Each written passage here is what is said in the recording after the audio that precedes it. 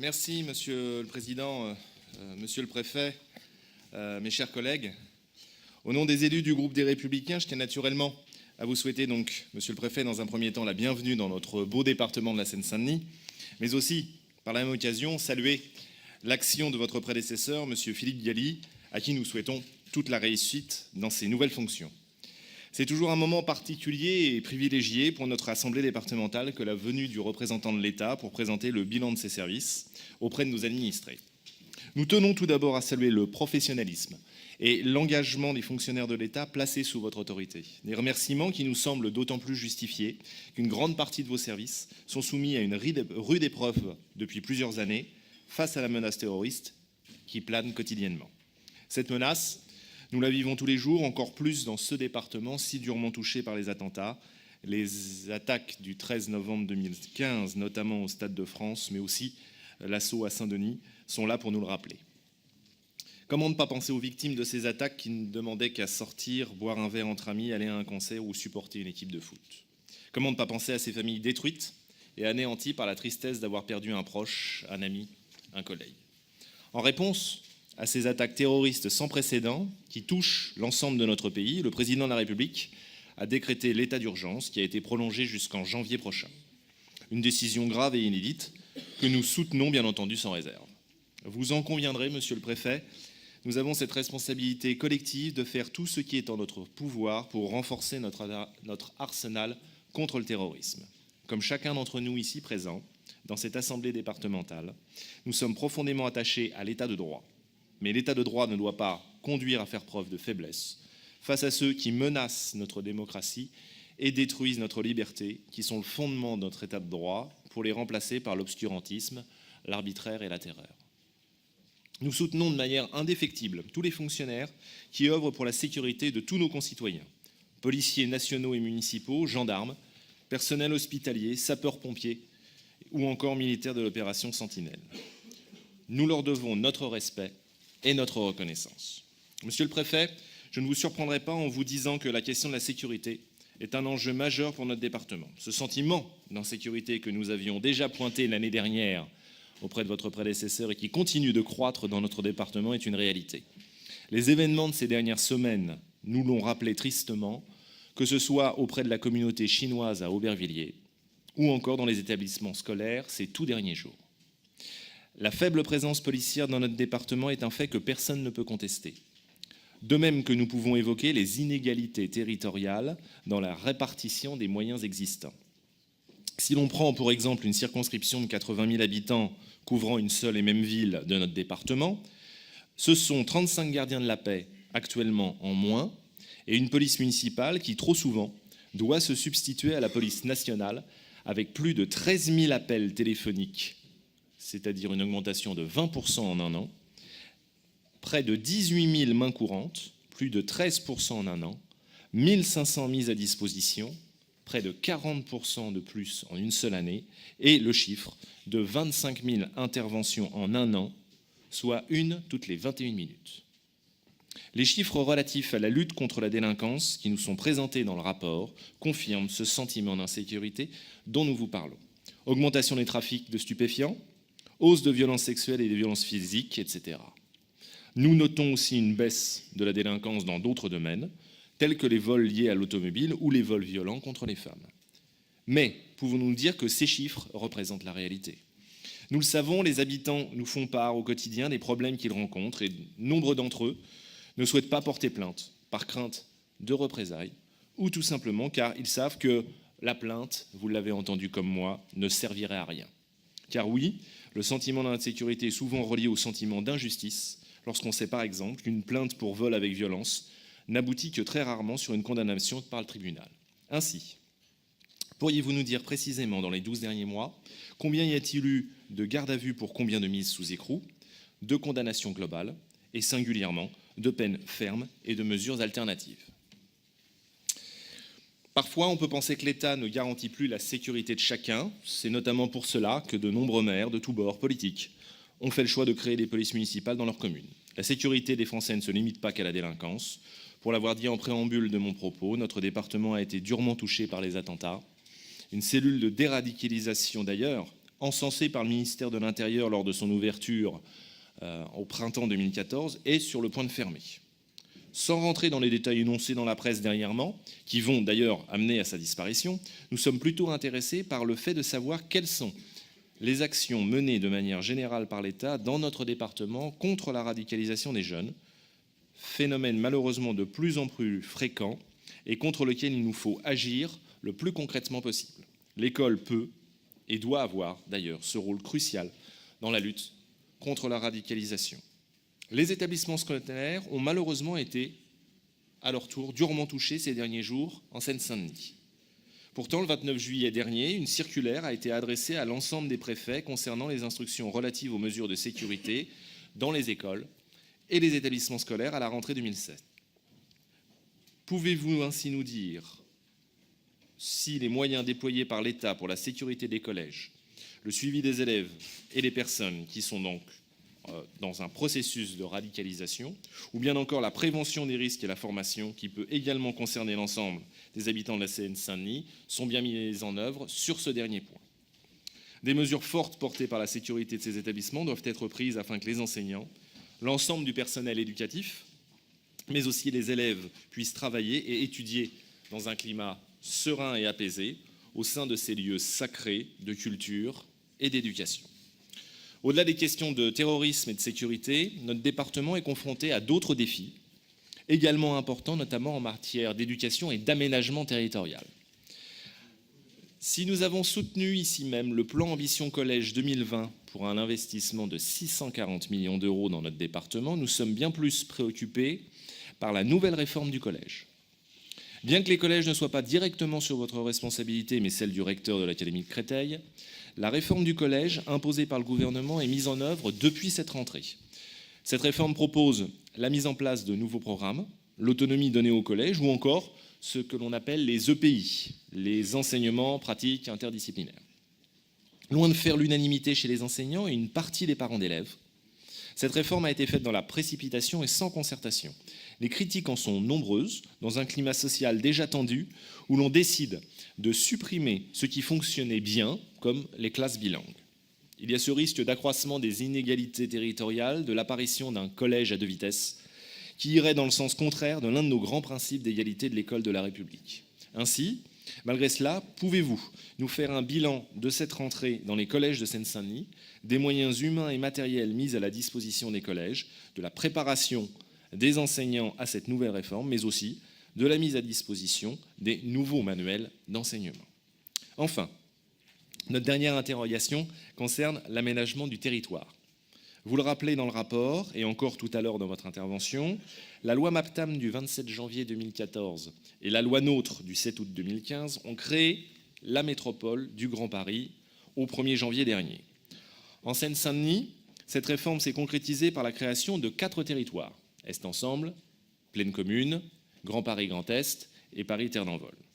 Cependant, un grand flou, notamment financier, subsiste pour un certain nombre d'élus que nous sommes, notamment dans la répartition des compétences. Un grand flou dans la répartition des compétences sur le plan de l'action économique, notamment. Depuis le 1er janvier dernier, elle relève désormais des régions et non plus des départements. Sauf que le législateur a prévu ce transfert de compétences sans le transfert de moyens. Si le département garde la compétence sociale, nous considérons que l'action économique doit être liée à l'action sociale. Le retour à l'emploi devant être la priorité de chacun des élus dans un département de la Seine-Saint-Denis qui connaît un fort taux de chômage, notamment chez les jeunes, et avec une inversion durable de la courbe du chômage, pourtant promise il y a plus de 4 ans, mais qui n'est toujours pas d'actualité. Monsieur le préfet, vous pouvez constater que les sujets ne manquent pas dans notre département de la Seine-Saint-Denis. Nous aurions pu en aborder tant d'autres, comme la question de l'emploi ou encore celui de la crise migratoire, qui est un sujet d'ordre mondial.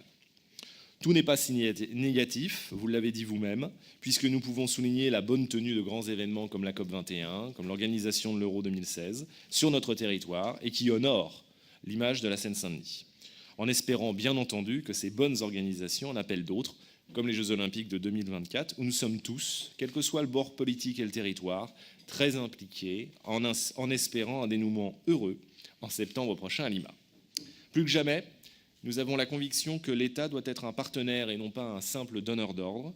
vis-à-vis des collectivités locales. Depuis trop longtemps, quels que soient les gouvernements, nous assistons à une volonté très forte de recentralisation dans certains domaines et d'autre part, à un transfert de charges aux collectivités. Ce rapport ne correspond pas à la conception que nous nous faisons d'une République qui se veut décentralisée. Je vous remercie, Monsieur le Préfet, au nom de notre groupe, de votre écoute et ne doute pas que vous aurez à cœur d'apporter des réponses précises aux différentes questions que je vous ai posées ce matin. Merci. Je propose donc, Monsieur le Préfet, d'apporter une première série de réponses. Bien évidemment, nous avons aussi convenu que les conseillers départementaux, s'ils le voulaient, peuvent bien évidemment adresser d'autres questions, notamment écrites, et les services de l'État y apporteront justement des réponses précises. Monsieur le Préfet. Bien, merci Monsieur le Président, merci Monsieur le conseiller départemental d'abord de vos mots d'accueil, j'y suis sensible bien entendu, et je vais m'efforcer, s'agissant de vos questions, d'y répondre au mieux, encore une fois avec indulgence, puisque ma date de prise de fonction est encore récente. Mais je suis en mesure quand même de répondre à nombre de points que vous avez évoqués. Tout d'abord, les questions de sécurité. C'est une problématique très forte, très prégnante dans ce département. Vous l'avez justement souligné. Elle touche tous les territoires, tous les milieux. Et nous avons évidemment le devoir de lutter contre cette insécurité, contre cette délinquance. Il y a eu à cet égard des mesures fortes prises par le gouvernement, tant sur le plan législatif et réglementaire que sur le plan des moyens. Alors, je voudrais rappeler à cet égard qu'il y a eu un certain nombre d'évolutions législatives et réglementaires qui sont intervenues, notamment à l'occasion de l'état d'urgence, ou de l'utilisation aussi d'outils de planification comme le plan Vigipirate. La combinaison du plan Vigipirate, des mesures et des nouveaux pouvoirs accordés par l'état d'urgence, je pense aux perquisitions administratives notamment, ont constitué des outils extrêmement intéressants, orientés, nous sommes d'accord, sur la lutte contre le terrorisme, mais qui, on le sait bien, permettait aussi, car il y a une certaine porosité, de traiter certaines faces de la délinquance violente qui peut exister dans ce département. Il y a eu aussi des dispositifs opérationnels qui ont été très concrètement mis en œuvre. Ainsi, des mesures spécifiques ont été prises à Aubervilliers après le drame d'août dernier. Il y a eu un dispositif de sécurisation renforcé, le redéploiement d'une partie des effectifs, une réorientation des rondes et patrouilles, la mise en place d'un groupe local d'action transversale pour lutter notamment contre les agressions dont étaient victimes les personnes d'origine asiatique.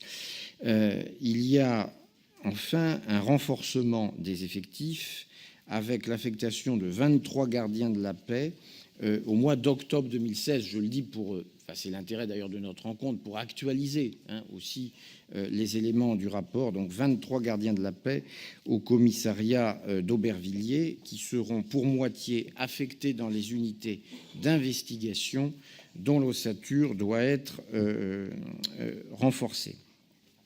Ajoutons que dans le cadre du service civique, une jeune femme d'origine chinoise a été recrutée, notamment pour les compétences linguistiques d'accueil et d'appui aux victimes. Au-delà de ce cas particulier, notre département va connaître un renforcement de ses effectifs. Il a connu, vous le savez, des départs perlés liés aux mouvements normaux de la police nationale, c'est-à-dire aux mutations, au départ en retraite, et donc avec un déficit de l'ordre de 277 fonctionnaires. Je parle sous le contrôle du directeur de la sécurité de proximité, c'est bien ça, de 277 fonctionnaires. Le ministre de l'Intérieur a annoncé l'affectation d'ici le 31 décembre de 300 fonctionnaires de police supplémentaires dans le département de la Seine-Saint-Denis. Donc nous aurons non seulement l'absolue compensation des départs naturels qui ont pu intervenir, mais nous aurons également un renfort net d'effectifs sur le territoire départemental. Et j'accueillerai demain, j'aurai l'occasion d'y revenir, je crois, une nouvelle promotion, une partie de ces 300, de l'ordre de 91 fonctionnaires. Demain, 100. Oui, pardonnez-moi, 172 fonctionnaires sur les 300 qui seront accueillis dès demain en préfecture.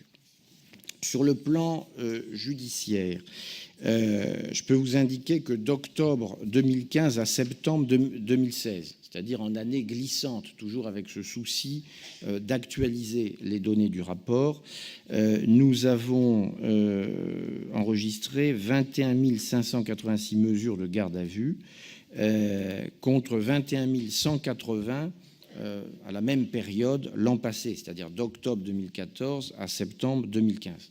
Donc les services de police, par leur travail, par leur engagement, ont réalisé 400 gardes à vue supplémentaires. Je n'ai pas les réponses judiciaires, mais là, vous me permettrez d'être plus en réserve, car la réponse judiciaire appartient à l'autorité judiciaire, et je n'ai pas qualité pour m'exprimer ou prononcer sur les réponses judiciaires qui peuvent être apportées. Ce que je peux vous dire, c'est que la volonté du gouvernement et du ministre de l'Intérieur notamment est très marquée en direction très forte en direction du département de la Seine-Saint-Denis, et que donc les chiffres, les moyens supplémentaires qui nous sont donnés sont très significatifs, et vont nous permettre d'assurer, je le crois, une bonne occupation du terrain. Au-delà de cet appareillage général, si je puis dire, en termes de force de l'ordre, il y a des sujets plus difficiles que vous avez évoqués, et je pense à la radicalisation. Alors, après la mise en place de structures, de recours à diverses associations, parfois d'ailleurs de manière expérimentale, nous avons pu stabiliser, structurer, organiser, professionnaliser tout ce dispositif de suivi. C'est ainsi qu'à la préfecture de Seine-Saint-Denis a été constituée une cellule spécifique de suivi des personnes signalées en voie de radicalisation et de leurs familles. C'est une cellule multipartenariale et pluriprofessionnelle qui est amenée à traiter des cas signalés par la plateforme nationale d'assistance. Vous savez, il y a un numéro vert qui permet d'opérer ces signalements, et de ceux qui remontent aussi du terrain, notamment par le biais des états-majors de sécurité, et bien donc d'assurer un suivi de ces personnes et de ces familles.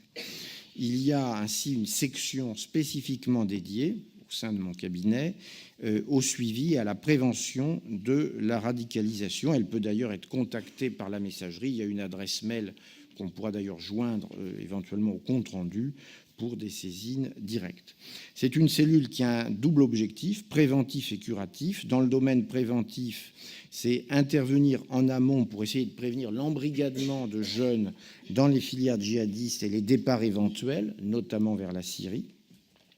Mais c'est aussi un dispositif qui vise à soutenir les parents de jeunes qui sont parfois désemparés face à ces évolutions. Et puis sur le plan plus curatif, si je puis dire, il y a une prise en charge adaptée à la situation de chacun, individuelle ou collective, et qui peut être de nature éducative, psychologique ou juridique. Il y a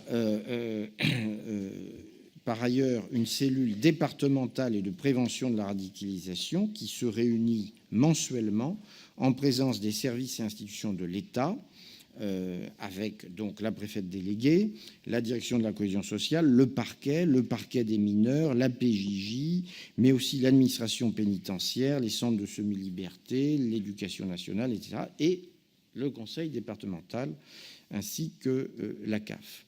Donc, par le travail de ces différentes cellules, l'implication partenariale des services de l'État, nous nous attachons à détecter, à accompagner ces jeunes qui sont en situation de radicalisation.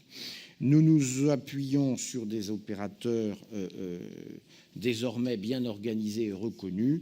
Et dans le département de la Seine-Saint-Denis, c'est l'ADSEA 93 qui assure un accompagnement psychosocial de qualité. C'est la seule structure mandatée par la préfecture de Seine-Saint-Denis qui est compétente sur ce sujet. C'est-à-dire que passé la phase un peu d'expérimentation que nous avons pratiquée au début avec d'autres acteurs, nous sommes maintenant en relation, avec une relation centrée sur l'ADSA. Par ailleurs, la préfète pour l'égalité des chances contribue aussi, bien sûr, à la politique de prévention en mobilisant tous les dispositifs, le FIPD, le travail dans les CLSPD, ce qui peut se faire aussi dans le cadre de la politique de la ville. Voilà à très grands traits ce que je peux vous dire. Il y a des moyens importants qui sont mobilisés. Rappelons que le FIPD, le Fonds interministériel de prévention de la délinquance, mobilise au titre des actions de prévention de la radicalisation 321 000 euros par an. 23 dossiers ont été déposés dans ce cadre, dont 8 portés par les villes, 15 par les associations, etc. Sur les questions de sécurité des collèges. Alors, le niveau alerte attentat, rappelons-le, est maintenu en Île-de-France et nous exerçons une vigilance particulière dans les écoles et les établissements scolaires. Donc, conformément aux directives du ministre de l'Intérieur et de la ministre de l'Éducation, des contrôles d'accès et un contrôle visuel des sacs ont été institués. Ils sont systématiques. Et plus spécifiquement pour les écoles et les établissements, et dans les écoles et les établissements scolaires, cet accueil doit être assuré par un adulte. De plus, chaque école, chaque établissement scolaire doit réaliser 3 exercices de sécurité, dont désormais un exercice attentat à intrusion. Et cela avant la fin de cette année. Nous devons, c'est ainsi, intégrer cette culture de la sécurité, cette coproduction de sécurité, et nous devons faire preuve, évidemment, d'une vigilance particulière. L'inspection académique participe à la cellule départementale de suivi et de prévention de la radicalisation dont je parlais. Le proviseur vie-scolaire de la DS2N 93 est référent sûreté. Il coordonne à ce titre toutes les informations relatives à la suspicion des cas de radicalisation. Il est l'interlocuteur de tous les chefs d'établissement. Enfin, nous avons, il faut le rappeler, des fonds additionnels qui ont été récemment débloqués pour financer la sécurisation des établissements scolaires. Il y a eu ainsi un abondement exceptionnel des crédits FIPD à hauteur de 50 millions d'euros pour la mise en sûreté des écoles, collèges et lycées. Et la préfecture, un crédit national, a reçu 28 dossiers pour la sécurisation des écoles. Nous en attendons 2 autres, ceux de Saint-Ouen et de Noisy-le-Sec. Donc, c'est 30 communes qui vont bénéficier de ce dispositif. Nous avons sur les écoles et les collèges, il ne faut pas le masquer, mesdames et messieurs les conseillers départementaux, un sujet de préoccupation. Il y a eu des événements inadmissibles à Tremblay, où un lycée professionnel a fait l'objet d'agressions par des jeunes, où la proviseure a été sérieusement agressée.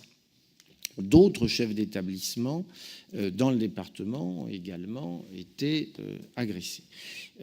J'ai tenu hier encore avec Madame la rectrice de Créteil et l'ensemble des services de police et de renseignement une réunion pour mobiliser nos services sur la vigilance à porter sur les écoles. L'école d'Aubervilliers a eu elle-même des dégradations cette nuit encore. Bon. Donc, nous nous attachons à mobiliser tous nos moyens. Nos renforts d'effectifs seront à cet égard les bienvenus pour lutter fermement contre ces actions, nous attacher, tant que cela est possible, à identifier les auteurs pour les présenter à l'autorité judiciaire, avec cette éternelle difficulté, mais que vous connaissez bien, monsieur le conseiller départemental, que nous connaissons tous, qui est le sujet particulier des mineurs. Donc il ne m'appartient pas de prononcer sur type de réponse à porter en la matière. J'ai indiqué tout à l'heure que je n'avais pas à aller sur le champ judiciaire, mais voilà, ayons à l'esprit qu'il y a un cadre juridique particulier pour les mineurs. Sur la réforme du collège décidée par le gouvernement, elle s'inscrit dans la continuité de la loi d'orientation et de programmation du 8 juillet 2013 pour la refondation de l'école de la République. Elle est le fruit d'un travail débuté en 2012, loi qui donnait une priorité au premier degré et à la refonte de l'éducation prioritaire en mettant l'accent sur la pédagogie et les ressources humaines. La réforme du collège, elle, est une autre brique de cette loi, préparée depuis la rentrée scolaire 2015 avec un plan de formation inédit en matière de déploiement sur le territoire en direction des professeurs comme des personnels d'encadrement. Le rectorat a ainsi mis en place depuis l'an dernier dans tous les collèges des personnels d'inspection IAIPR référents pour faciliter l'installation de la réforme, ainsi qu'un groupe de pilotage académique intitulé Mission Collège pour assurer un suivi stratégique. Dès le mois de juin 2016, je sors toujours du rapport, mais encore une fois avec ce souci d'essayer de l'actualiser, près de 80% des collèges étaient avancés ou très avancés dans la préparation de la rentrée scolaire en matière de mise en place des nouveautés majeures de la réforme. Cycle 3 commun à l'école et au collège, horaire élève à 26 heures, quel que soit le niveau de classe, accompagnement personnalisé et enseignement pratique interdisciplinaire. À aujourd'hui, enfin plus exactement à début octobre, et suite à quelques rares ajustements nécessaires d'emploi du temps pour une mise en conformité et une organisation optimale, ajustements que la DS2N a accompagnés depuis la rentrée scolaire, chacun des 125 collèges du département est en ordre de marche au regard donc de cette nouvelle réforme. D'autres ajustements plus marginaux pourront bien évidemment intervenir tout au long de l'année. Sur la loi NOTRe, alors je ne réouvrirai pas pour l'avoir vécu dans un autre département, bipolaire au surplus avec les Basques et les Béarnais. Donc je ne réouvrirai pas le débat sur la loi NOTRe, si ce n'est pour vous dire, monsieur le conseiller départemental, que cette loi, malgré tout, a l'avantage, je crois, de clarifier, en tout cas s'efforce de clarifier les compétences entre les différents échelons d'administration. Et à cet égard, la loi confère à la région le chef de filat, si je puis dire, de l'économie. La région est bien la collectivité responsable de la définition des orientations en matière de développement économique. Elle rédige à ce titre un schéma régional de développement économique, d'innovation et d'internationalisation, le SRDE2I, élaboré en concertation avec les EPT. Donc il y a bien concertation avec les EPT, EPCI, métropole du territoire et collectivités, et qui sera prescriptif pour les collectivités territoriales. La conférence territoriale pour la Seine-Saint-Denis réunira les acteurs économiques locaux le vendredi 4 novembre prochain. Donc il y a un cadre juridique clair et un processus qui va se mettre en œuvre pour, notamment sur cette compétence économique qui est très importante, faire en sorte qu'elle soit exercée de manière optimale. J'ajoute que pour permettre aux régions d'assumer leurs compétences économiques, des nouvelles modalités de financement ont été annoncées. Ainsi, à compter de 2018, elles ne recevront plus de DGF de la part de l'État, mais bénéficieront en contrepartie d'une fraction équivalente de la TVA. Elles auront ainsi une ressource dynamique qui renforcera leur autonomie financière. Alors, je n'ai pas répondu à tout, parce qu'il y avait certains points très techniques, hein. Je pense aux classes bilan ou des choses de ce genre. Pas de difficulté, monsieur le conseiller départemental, à apporter des éléments complémentaires par écrit, mais j'ai tenu à vous apporter la réponse la plus complète possible au vu des éléments dont je disposais. Merci, monsieur le préfet.